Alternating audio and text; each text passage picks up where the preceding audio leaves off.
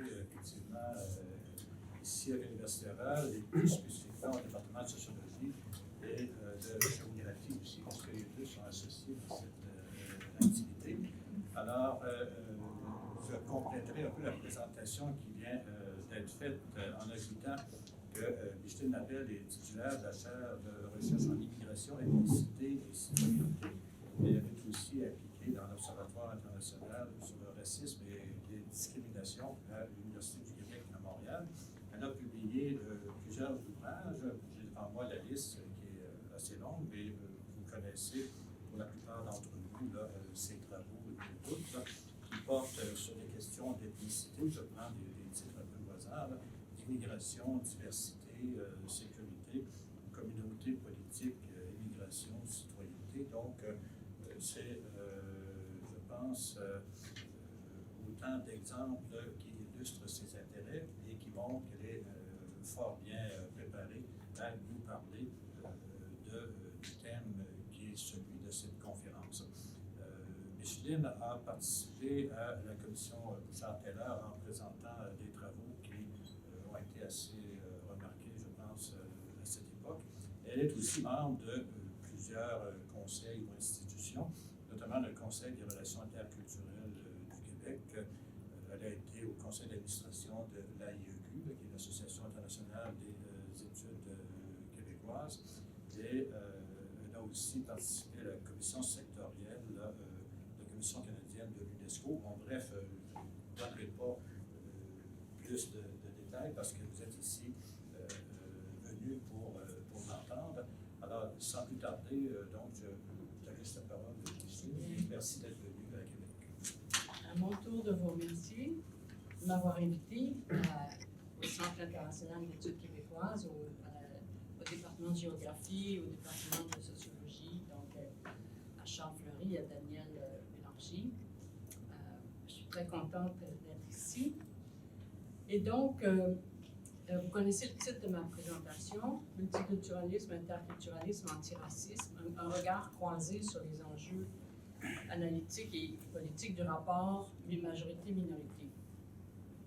En introduction, ce que je dirais, c'est qu'au sein des pays occidentaux, les modèles d'intégration varient fortement en raison de particularités nationales.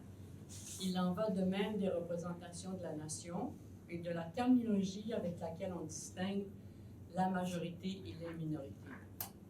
Les chercheurs n'échappent pas à ces ancrages nationaux, en témoignent les paradigmes et les positions politiques qu'ils adoptent.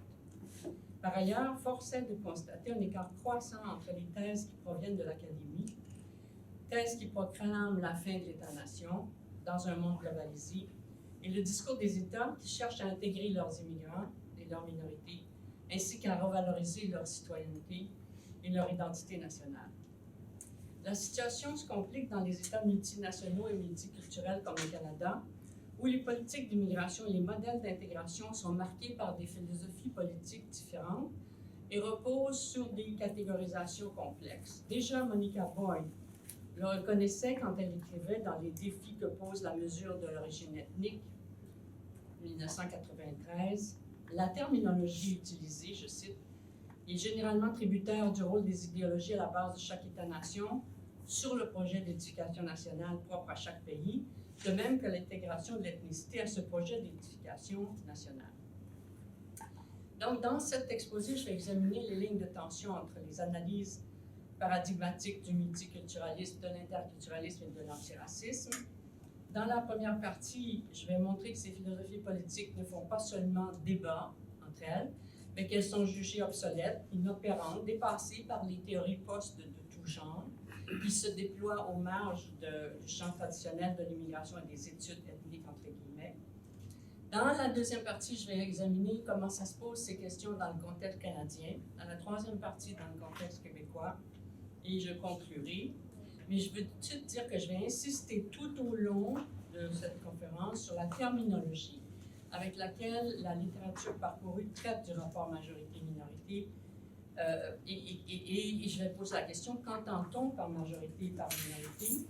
Je rappelle tout de suite que Louis Wirth, un des premiers sociologues à définir la notion de minorité, voyait la minorité comme un groupe de personnes qui vivent la domination la dépendance et l'exclusion résultant des rapports de pouvoir entre majorité et minorité. Donc, ces concepts sont centraux dans la définition sociologique, historiquement, des minorités. Et comme le soulignait Colette Guillaumin, les groupes minoritaires sont frappés du sceau du particularisme face à un universel qu'incarnerait la majorité. Mais les minorités démographiques correspondent-elles toutes à la définition classique de Louis Wirth ou de Colette Guillaumin? Il y a lieu de raffiner l'analyse, puisque les majorités et les minorités ne sont pas des totalités homogènes, ce qu'oublie trop souvent un regard convenu dans nos disciplines.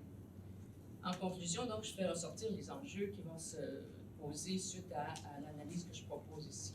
Donc, première section porte sur les débats généraux entre multi, inter et antiracisme. Depuis les années 90, le multiculturalisme a fait l'objet de voix particulièrement discordantes. Selon la critique de gauche, le multiculturalisme d'État, comme l'idéologie elle-même, a non seulement contribué à minimiser les antagonismes dus au racisme, mais il a aussi isolé les conflits ethniques et culturels des autres formes de conflits, tout en servant à détourner l'attention de la restructuration de l'État-providence et de l'exploitation des marchés du cheap labor à l'échelle mondiale.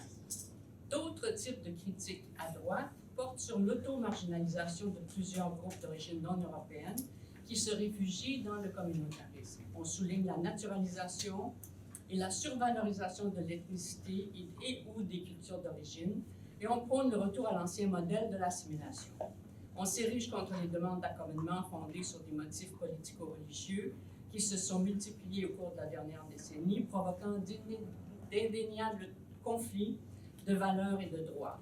D'ailleurs, l'entrée en scène de la religion est venue complexifier l'analyse et provoquer un nouveau brassage catégoriel. D'où un certain rappel à l'ordre observé chez les théoriciens du multiculturalisme critique. Le politologue Bicou Parekh, par exemple, en appelle au dialogue bifocal entre majorité et minorité. Je souligne, dialogue bifocal. Si toutes les cultures sont dignes de respect, dit-il, la majorité de la société d'accueil a cependant le droit de défendre ses valeurs constitutives, ce qu'il appelle the principle of core common values, face à une minorité, je souligne une minorité, dont les pratiques sont inacceptables pour cette majorité. Les sociétés ayant toutes des structures sociales, une histoire, des traditions et des valeurs particulières, ce socle d'acquis constitue le point de départ de tout dialogue entre majorité et minorité. En 2008, la polémique soulevée par le livre blanc sur le dialogue interculturel du Conseil de l'Europe mérite qu'on s'y arrête.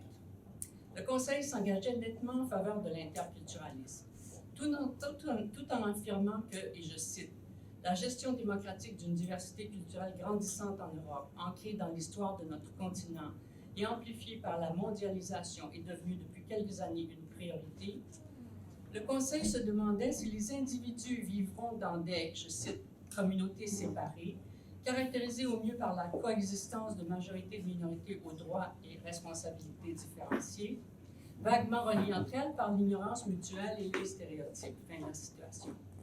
Le dialogue interculturel y est défini comme un processus d'échange de vues ouvert, respectueux et basé sur la compréhension mutuelle. Et selon le Conseil de l'Europe, l'approche interculturelle éviterait les positions extrêmes de l'assimilation et du communautarisme. Contrairement au communautarisme, elle prônerait des normes communes et exclurait le relativisme moral. Mais l'interculturalisme aussi fait débat. En 2012, dans un dossier spécial du Journal of Intercultural Studies, les théoriciens s'affrontent. Mir et Moudoud soutiennent que les caractéristiques positives de l'interculturalisme, comme la communication, la reconnaissance d'identité dynamique, la promotion de l'unité, se retrouvent également dans la philosophie du multiculturalisme. Et pourtant, selon eux, le multiculturalisme surpasse l'interculturalisme en tant qu'orientation politique, apte à reconnaître que la vie sociale repose sur des individus et des groupes sociaux, je souligne groupes sociaux, et que les individus comme les groupes ont besoin de partager la distribution formelle et informelle du pouvoir. Fin de la citation. Le multiculturalisme répondrait surtout aux revendications des groupes issus de l'immigration que l'État fait venir et le groupe dominant doivent accommoder sur le plan politique, Il s'agirait ici de cultures minoritaires définies en termes de race, ethnicité, religion. Notez la catégorisation ici. Le multiculturalisme ne concernerait pas les nations, ni les peuples autochtones qui refusent que leurs revendications politiques soient réduites à celles des immigrants. Et en dépit des efforts de Will Kimmika pour conceptualiser le multiculturalisme comme un multinationalisme, la signification dominante du multiculturalisme concerne essentiellement les post-immigrant groups. Dans le même dossier, 2 commentaires sont particulièrement acerbes.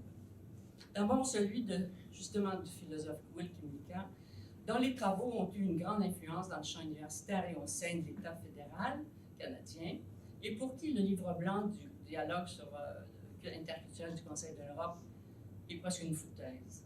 Ce sont des textes de grande faiblesse sur les plans empiriques et sur le plan analytique. Kimmika qualifie même l'exercice du Conseil de l'Europe de futile et demande si les auteurs du rapport, de même que les décideurs politiques, sont consultés et s'ils sont conscients que leur virage à l'interculturalisme est caricatural. Le livre blanc présenterait, selon lui, un nouveau mythe, un nouveau narratif qui vise la promotion de politiques inclusives et le rejet de politiques xénophobes. Mais en sacrifiant le multiculturalisme, Kimmika parle même ici de bouc émissaire, pour renforcer l'engagement envers la diversité, cette stratégie présente des risques. Jouer la carte anti-multiculturalisme peut provoquer des opinions anti-diversité, ce que j'évalue également. Qui plus est, l'interculturalisme est pour lui une notion si vague qu'on peut même défendre l'assimilation en son nom. Quant à Michel Viviorca, toujours dans le même numéro, le multiculturalisme risque de figer la reconnaissance des différences dans le temps et de favoriser la domination de la communauté, de ses leaders sur les individus.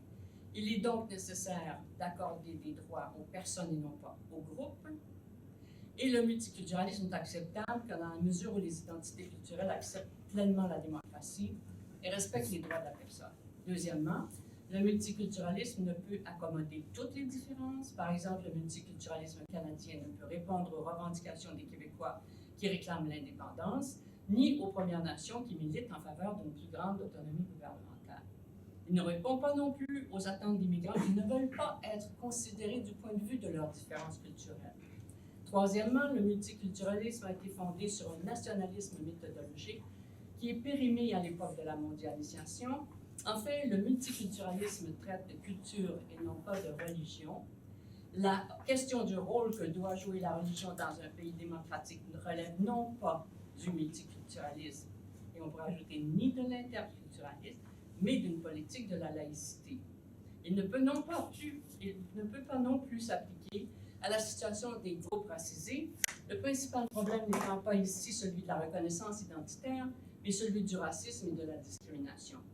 Dans ce cas, dit Viviorca, le multiculturalisme n'est pas pertinent. Là-dessus, moi, je suis absolument.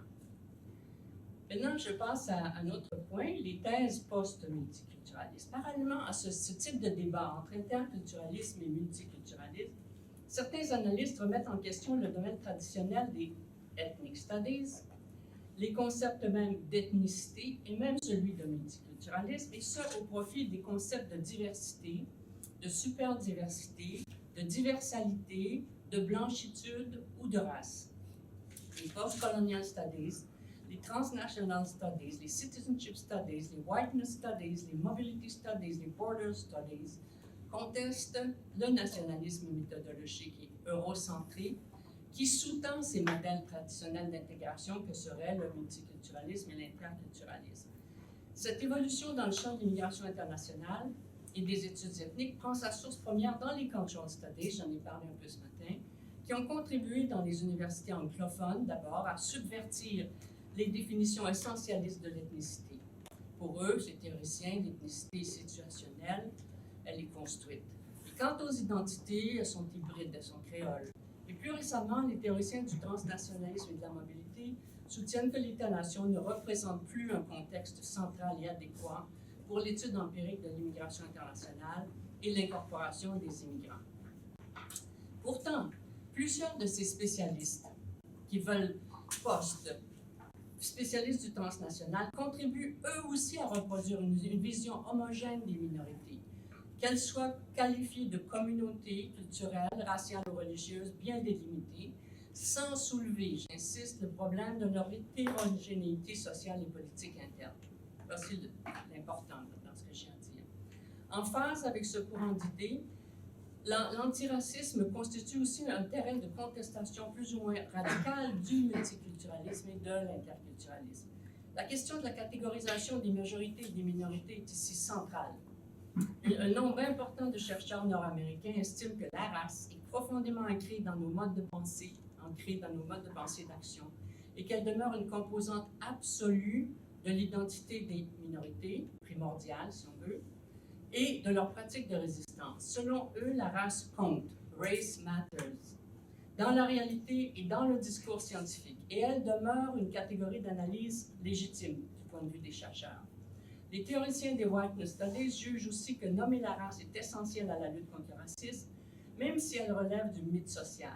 Ici, on n'hésite pas à parler d'identité blanche, de privilèges blancs, de domination blanche, de suprématie blanche, de normes blanches. Et comme l'écrit Steve Garner, la whiteness, la blancheur, la blanchitude, implique que l'on s'interroge sur les spécificités de l'expérience sociale liée au fait d'être blanc.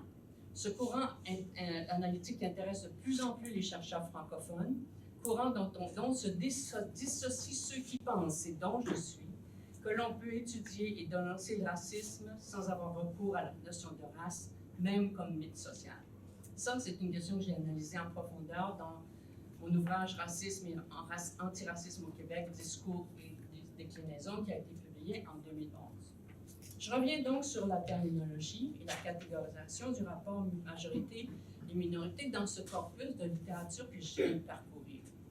À part les études sur la blanchitude, le métadiscours scientifique que je viens de résumer oppose une majorité dominante jamais définie à des minorités désignées tantôt comme culturelles, ethniques, raciales et religieuses, sujettes en soi à l'oppression et à la discrimination. C'est oublier qu'une majorité démographique peut être dominée, le cas bantou sous l'apartheid, qu'une majorité peut se considérer ou être considérée comme une minorité, le cas québécois, ou qu'une minorité démographique peut être dominante sur le plan économique et culturel et politique. Le problème est encore plus compliqué quand on se réfère à la superdiversité, une notion qui renvoie au jeu dynamique de variables multiples comme l'origine, le statut économique, le statut légal, etc. Ce point de vue s'inscrit dans le courant très actuel de l'intersectionnalité, terme utilisé pour décrire le jeu croisé des discriminations, ce qui pose le problème des déterminations principales et secondaires du point de vue analytique et méthodologique, théorique et méthodologique.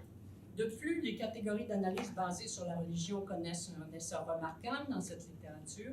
En Amérique du Nord, on parle de plus en plus de communautés musulmanes, et comme le fait remarquer Rogers Brubaker, la religion a tendance à remplacer la langue comme facteur de contestation en termes d'accommodement politique de la différence culturelle. On assiste également au retour de l'identitaire nationale, lequel s'exprime trop souvent sous le langage de la souche et de la tradition. Ce tour d'horizon que je viens de faire m'a permis de constater que les théoriciens persistent à reproduire une représentation polarisée du binôme majorité-minorité, bien que certains chercheurs soutiennent la thèse de la fin des majorités, étant donné la mixité, la très grande diversité des cités globales du monde actuel. Examinons maintenant, mon deuxième grand point, les tensions entre multiculturalisme, interculturalisme et antiracisme dans les cas canadiens et québécois. Comment se posent les modèles d'intégration nationaux dans ce contexte? Comment est définie la nation? Comment est pensé le rapport majorité-minorité? Quelle catégorisation est utilisée? Donc, mon point de vue. Je vais rappeler très brièvement, historiquement, comment l'idéologie raciste est partie constitutive du colonialisme qui a présidé à la création et au développement du Canada. Après la Seconde Guerre mondiale, le Canada est obligé de modifier ses politiques d'immigration. Je passe rapidement là-dessus. En 1963 a été instituée par le gouvernement canadien la Commission royale d'enquête sur le bilinguisme et le biculturalisme, qui est chargée de recommander des mesures à prendre pour que la Confédération tienne compte des rapports entre les peuples fondateurs. En 1969, on a la déclaration sur le statut des langues officielles, proclamant l'anglais et le français comme langues officielles du Canada pour tout ce qui relève du Parlement et du gouvernement du Canada. Et en 1971, la création de la politique du multiculturalisme assortie d'un désaveu de la question nationale interne. Je cite Pierre-Éliott Trudeau, « Chaque groupe ethnique a le droit de préserver et de favoriser sa culture et ses valeurs propres dans le contexte canadien. Dire que nous avons deux langues officielles ne signifie pas que nous avons deux cultures officielles et aucune culture n'est plus officielle qu'une autre. » Comme le résume bien Tariq Modoud, là où le multiculturalisme a été accepté et a fonctionné comme projet d'État ou projet national au Canada, en Australie, en Malaisie, par exemple, il n'était pas une dimension accidentelle, il faisait partie intégrante d'un projet de construction nationale. En 1982, on a la Constitution du Canada répatriée de Londres et le multiculturalisme étant chassé dans la Charte canadienne des droits et libertés. Et la loi sur le multiculturalisme de 1988 consiste à reconnaître le fait que le multiculturalisme est caractéristique fondamentale de l'identité du patrimoine canadien et constitue une ressource inestimable pour l'avenir du pays, parallèlement à l'affirmation du statut des langues officielles. Bon, dans un premier temps, le Canada s'est attaché à la préservation des folklores nationaux d'origine des immigrants. Alors, compte tenu des critiques émanant de divers secteurs, divers courants de la société civile, le gouvernement fédéral s'est recentré avec le temps, tout en visant la revalorisation de la citoyenneté canadienne et la promotion de l'identité canadienne. L'ancien ministre de la Citoyenneté et de l'Immigration, Jason Kenney, déclarait en 2009 que le multiculturalisme ne doit pas devenir une religion rigide. Le ministère du Patrimoine canadien ne finance plus les festivals, les camps, les activités religieuses ou la célébration des fêtes nationales étrangères, ou encore les marches ou les défilés commémoratifs. Les priorités du programme visent désormais l'intégration économique, l'éducation civique des jeunes, la promotion de la compréhension des valeurs canadiennes en abordant des questions telles que l'exclusion sociale de certaines communautés culturelles et la radicalisation. Et le ministre prévient aussi contre la formation d'enclaves ethniques. Parallèlement, la notion de superdiversité tente à s'imposer au sein de la fonction publique fédérale. Cette notion descriptive est attrayante, elle signifie mixité, complexité, mais elle suscite des questions sur le type de gouvernance qu'elle exige. Un argumentaire poste se situe dans la mouvance de cette superdiversité dans le milieu universitaire. Dans un numéro spécial de Canadian Ethnic Studies, Oji Fleuras soutient que le multiculturalisme de mosaïque est obsolète, alors que le monde est maintenant fait de connexions, de flux qui traversent de multiples univers, lesquels transcendent les frontières, confrontent l'autorité des États post-nationaux. Ceci signifie des réalités fluides, tout le discours du poste, des identités hybrides, une multiplicité d'appartenances et d'allégeances, alors que le multiculturalisme de mosaïque s'appliquait à une société composée de groupes ethniques bien différenciés. Le Canada est désormais dans une ère post-multiculturelle et le Canada accommode déjà des ethnicités principales. Elle met ethnicité avec un E majuscule et ça se réfère à des ethnicités, major ethnicities, que sont les peuples autochtones et les nations minoritaires comme la nation québécoise. Et puis ensuite, il y a les minorités multiculturelles, c'est-à-dire immigrées. Il s'agit ici de fusion, de fission, de fissure. Le Canada est multiracial, multiclasse, multigenré, multisexuel, multilingue, multireligieux, multigénérationnel, multihistorique, multicitoyen, etc. Vous voyez l'espèce de décalage extraordinaire qu'on a entre un discours post et un discours étatique qui tend à essayer de valoriser la citoyenneté canadienne. Donc maintenant, retour sur la terminologie, la catégorisation du rapport majorité-minorité. Il faut rappeler ici que l'évolution du lexique identitaire en dit long, de la race à l'ethnicité. Les termes nègres, mulâtres, métis et sauvages figurent dans le recensement canadien dès 1851. Le mot nègre est encore présent en 61. Dans les années 60, on utilise d'autres termes, groupes ethniques. Au recensement de 2006, parmi les origines ethniques, on classe aussi bien les Italiens, les Juifs, les Africains, les Noirs que les Québécois. Et dans ce type d'énumération, on ethnicise notamment les termes québécois et inuits en contradiction avec la reconnaissance de leur statut de nation. Aussi bien chez O.J. Florence, que je viens de citer, qui confond les ethnicités et les nations, les chercheurs anglophones écrivent encore, et même chez les spécialistes du fédéralisme canadien, le mot québécois avec des accents dans leurs textes rédigés en anglais, ce qui révèle la reproduction du processus d'ethnicisation encore en cours au sein de la Fédération canadienne.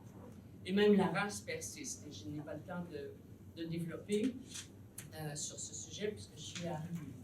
Oui? Ah bon. Alors, même la race persiste, en plus des expressions groupe racial, persiste et revient, je dirais. En plus des expressions groupe racial, minorité raciale, communauté raciale, race noire, minorité visible, le mot race est répété une trentaine de fois dans le plan canadien d'action contre le racisme qui a été diffusé en 2005. L'expression minorité visible est apparue au cours de la décennie 80 dans le contexte de la mise sur pied des programmes fédéraux d'équité en emploi.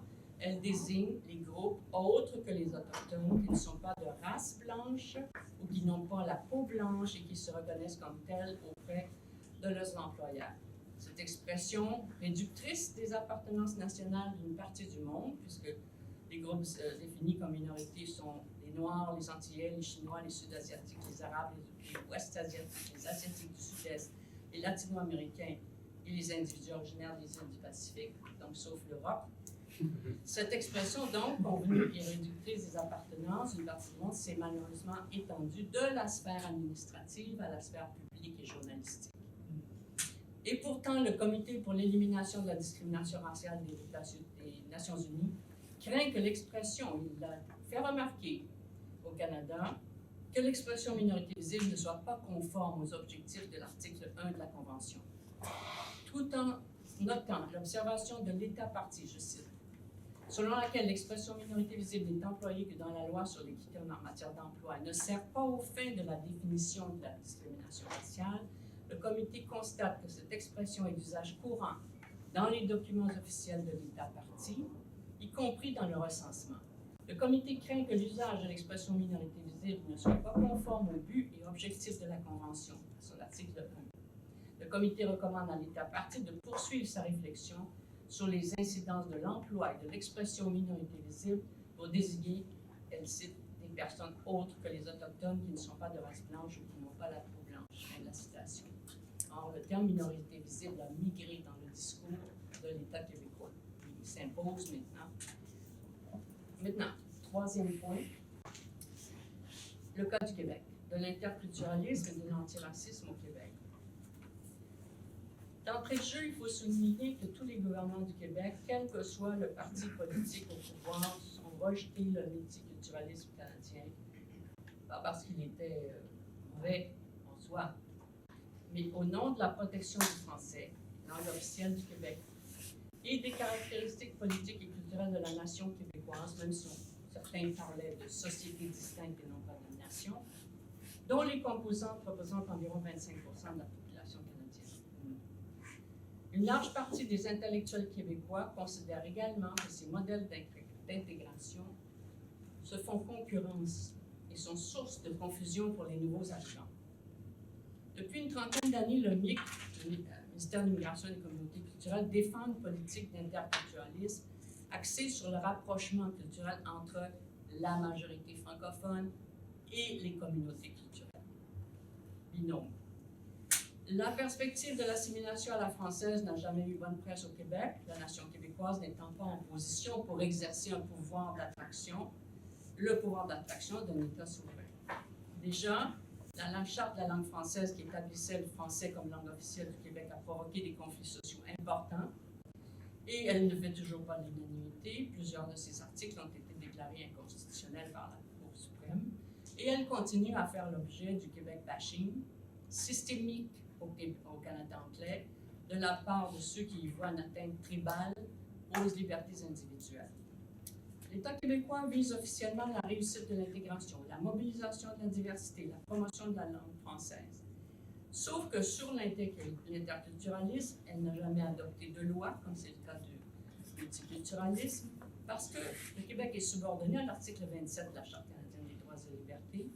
Et le constitutionnaliste Louis-Philippe Lampron estime d'ailleurs que cet article 27 de la Charte a pour effet de court-circuiter toute possibilité d'interprétation interculturelle des droits et libertés fondamentaux protégés sur le territoire québécois, puisqu'il prévoit que l'interprétation des droits fondamentaux doit concorder avec l'objectif de promouvoir le maintien et la valorisation du patrimoine multiculturel des Canadiens, article de 2010.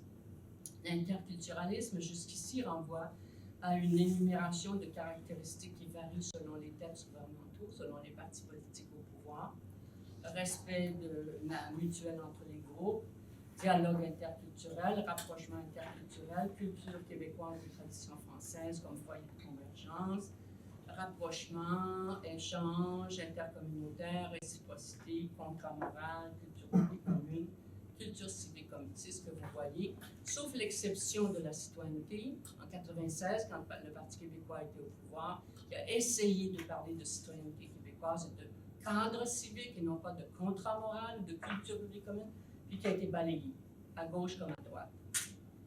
En 2007, le Québec connaît donc ce qu'on a appelé la crise des accommodements raisonnables et la création de la commission Bouchard-Taylor la commission a été mise sur pied. Au-delà des pratiques d'accommodement, les audiences de la commission ont provoqué une interrogation collective qui a porté beaucoup plus largement sur les enjeux de la laïcité, de l'égalité entre les hommes et les femmes et de l'identité québécoise.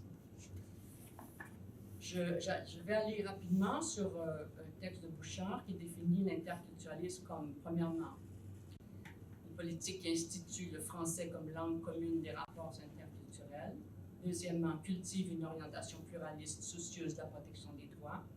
Troisièmement, préserve la nécessaire tension créatrice entre, d'une part, la diversité et d'autre part, la continuité du noyau francophone et le lien social. Quatrièmement, met un accent particulier sur l'intégration et la participation. Et cinquièmement, préconise la pratique des interactions. La commission précise ce que Gérard Bouchard appellera plus tard le principe de préséance de la majorité francophone, soit les valeurs historisées ou fondatrices de la société québécoise, comme guide de la perspective interculturaliste. Ayant mis l'accent sur les accommodements à caractère religieux, la commission Bouchard-Taylor a inévitablement tracé la voie à une relance de la question de la laïcité.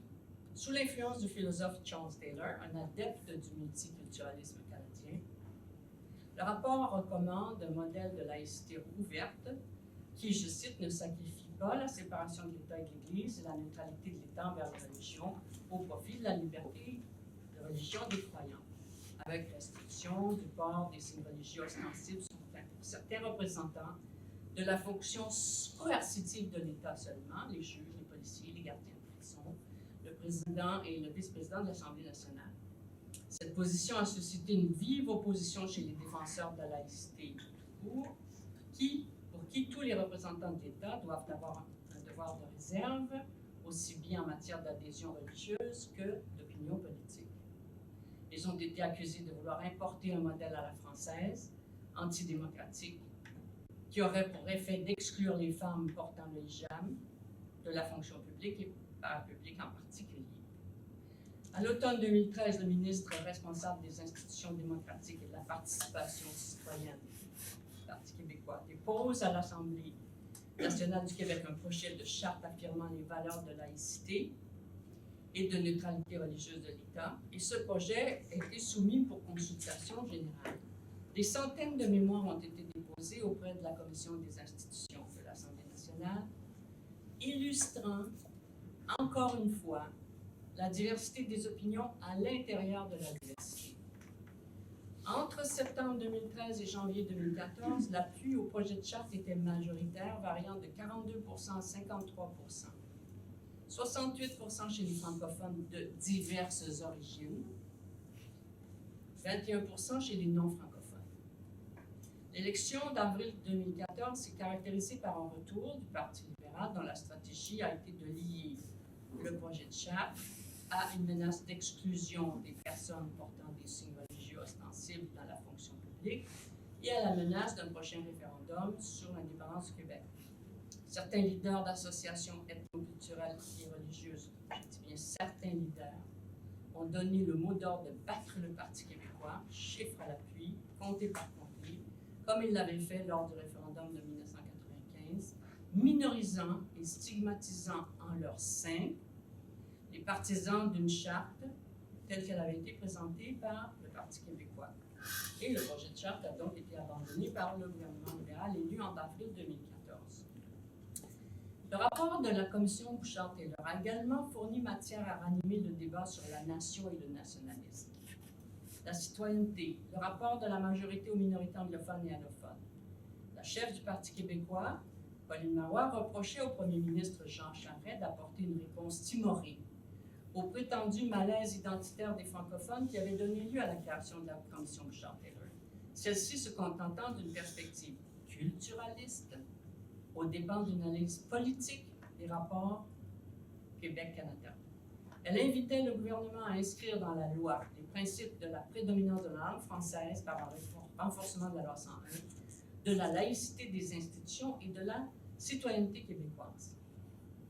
Le sociologue Gilles Bourque, critique du rapport de la commission Bouchard-Taylor, faisait remarquer que pour la commission, le rapport, la représentation des liens communautaires correspondrait aux interactions entre les différents groupes ethnoculturels sur le territoire québécois, ce qui rend problématique, voire même contradictoire, la conceptualisation de la nation québécoise, dans la mesure où le rapport réunit d'abord tous les citoyens du Québec, je cite, dans la nation québécoise et les redistribue par la suite dans une multiplicité de groupes ethniques nettement différenciés. Fin de la citation.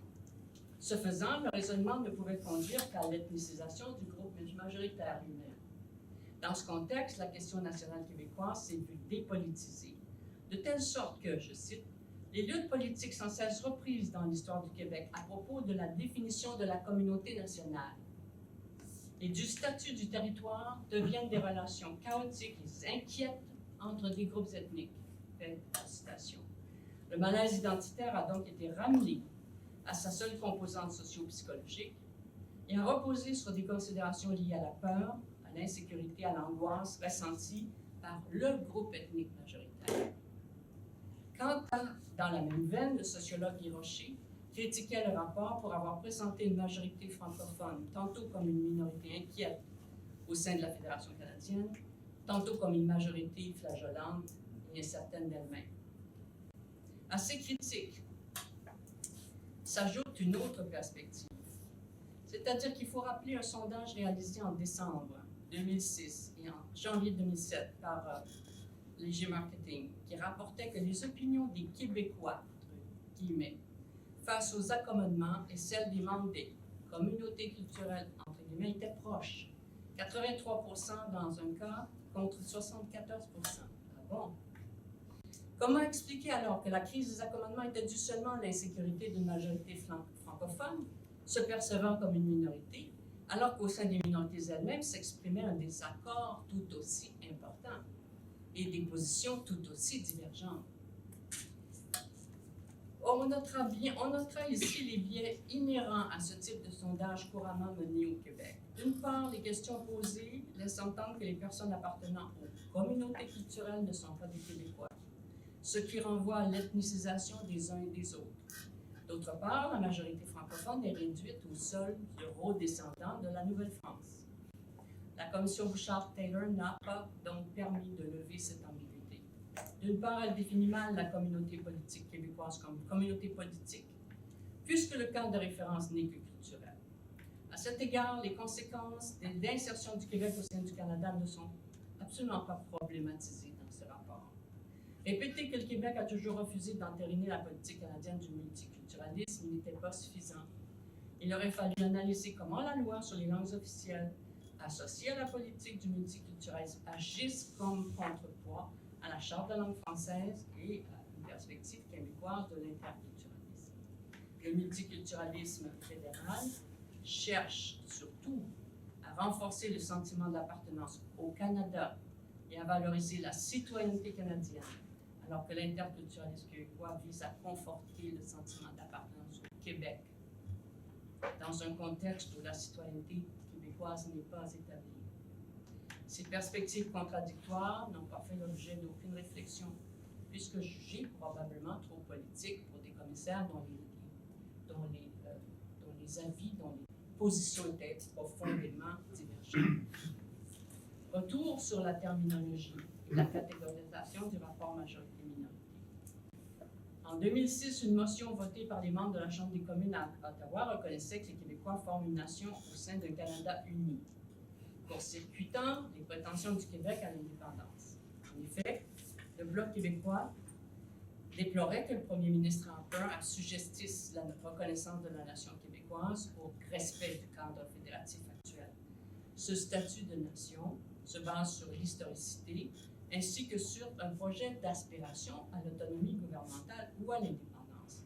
Or, dans l'esprit des Canadiens anglais, y compris des experts du fédéralisme canadien, le mot québécois renvoie le plus souvent aux descendants des colons français, soit aux Québécois de souche qui forment la majorité sur le territoire du Québec.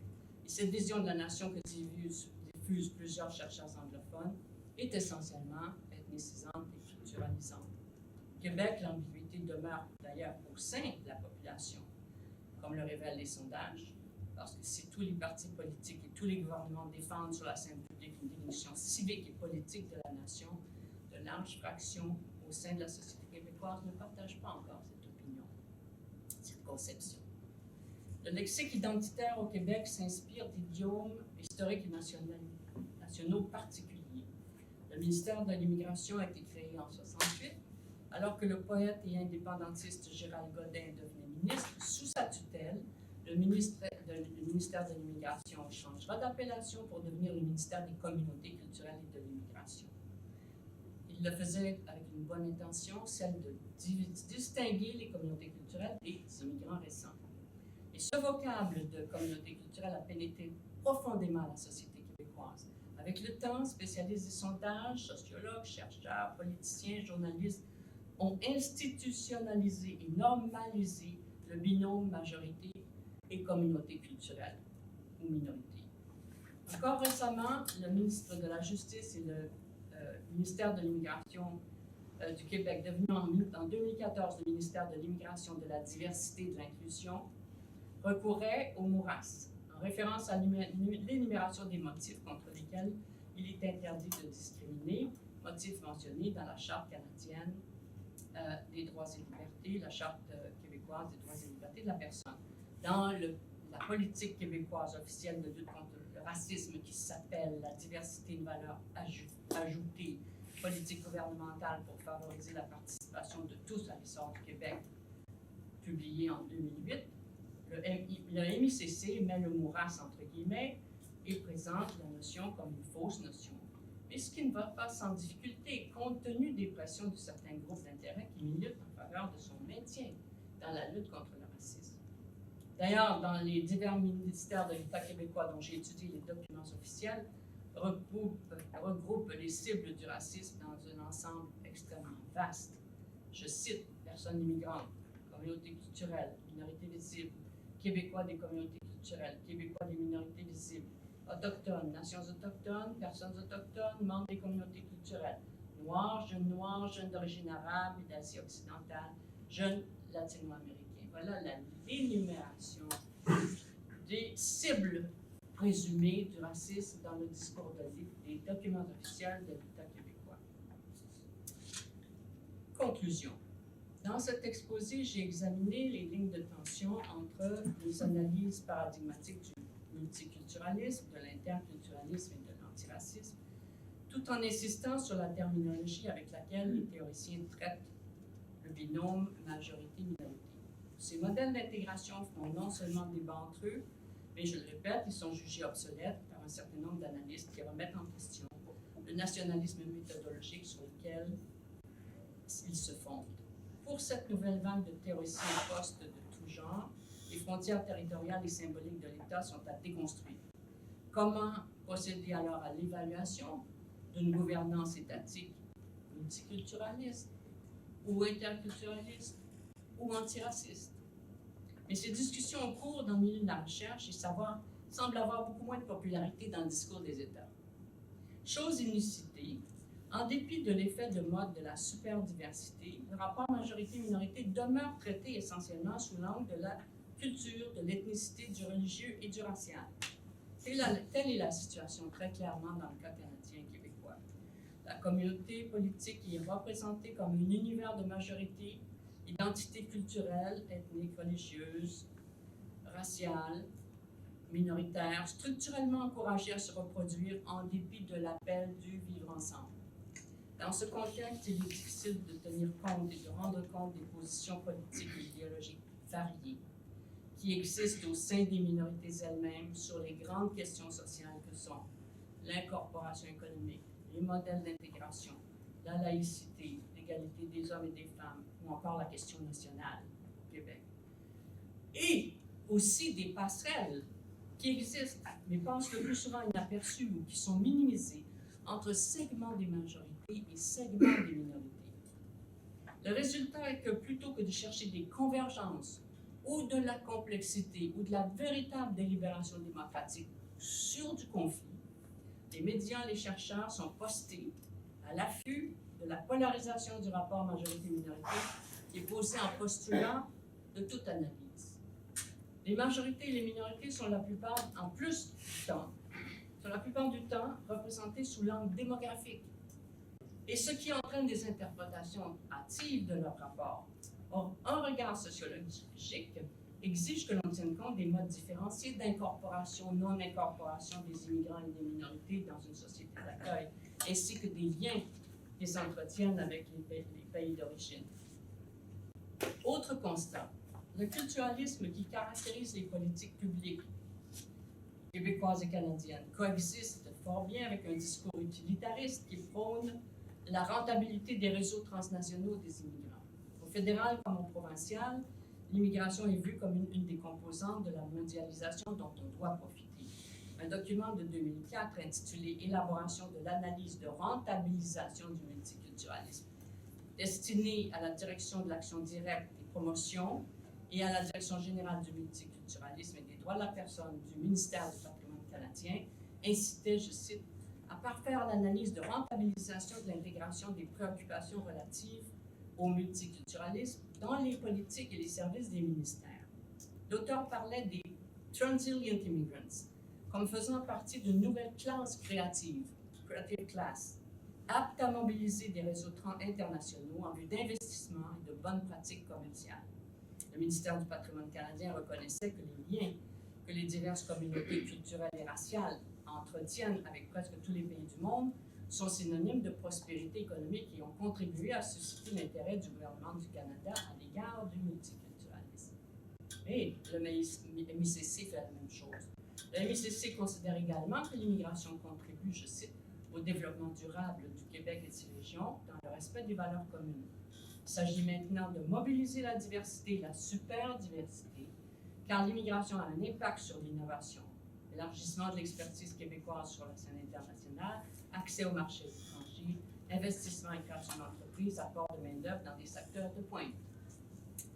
Un autre constat, et j'achève avec ceci, porte sur l'imbrication du multiculturalisme, de l'interculturalisme et de l'antiracisme, et dans le discours universitaire, et dans celui d'États canadiens et québécois, et dans celui des ONG qui sont portées à la défense des minorités et des associations de minorités elles-mêmes.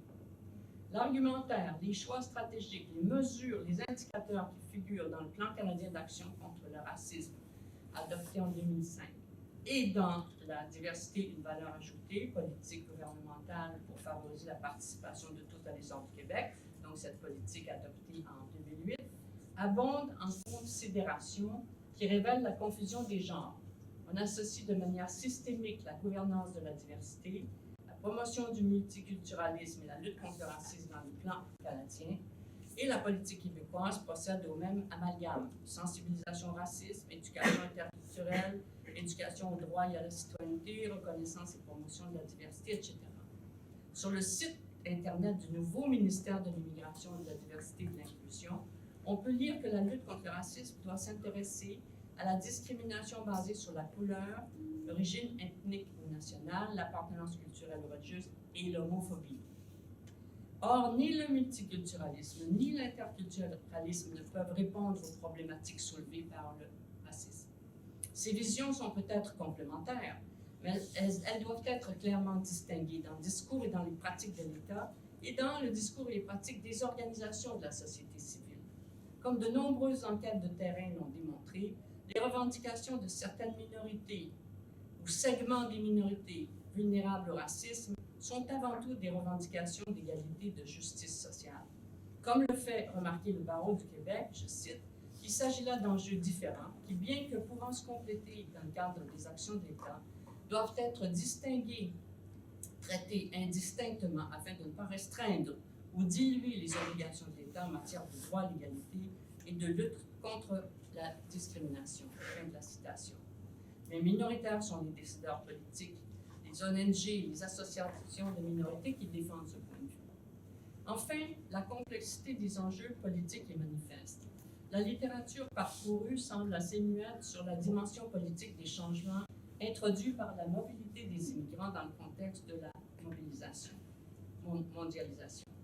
Là où des conflits politiques opposent la société d'accueil, le pays ou certains segments idéologiques et politiques du pays d'origine, cela peut entraîner des difficultés majeures, comme c'est le cas présentement pour plusieurs sociétés occidentales confrontées à la radicalisation islamiste.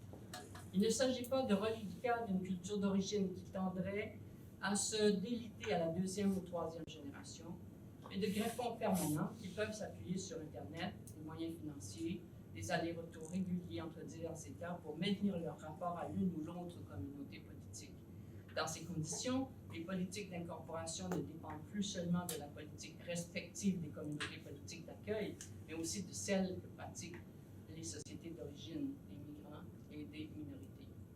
Dans le cadre du fédéralisme canadien, je termine dessus, le rapport majorité-minorité est encore plus complexe dès lors que les minorités s'appuient sur l'une ou l'autre majorité pour négocier leur degré de participation à deux communautés politiques.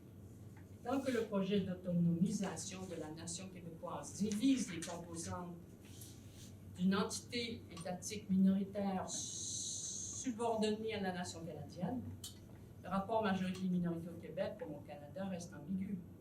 Les minorités au Québec se rapportent à quelle majorité? La majorité francophone québécoise ou la majorité anglophone canadienne? D'un point de vue politique, on ne peut plus postuler l'existence d'une majorité unique. C'est déjà inadéquat compte tenu du caractère fédéral de notre système politique. Cela devient de plus en plus problématique dans le cadre d'un système d'échange mondialisé, traversé par des conflits d'allégeance qui ont de plus en plus tendance à dépasser les frontières du cadre étatique traditionnel.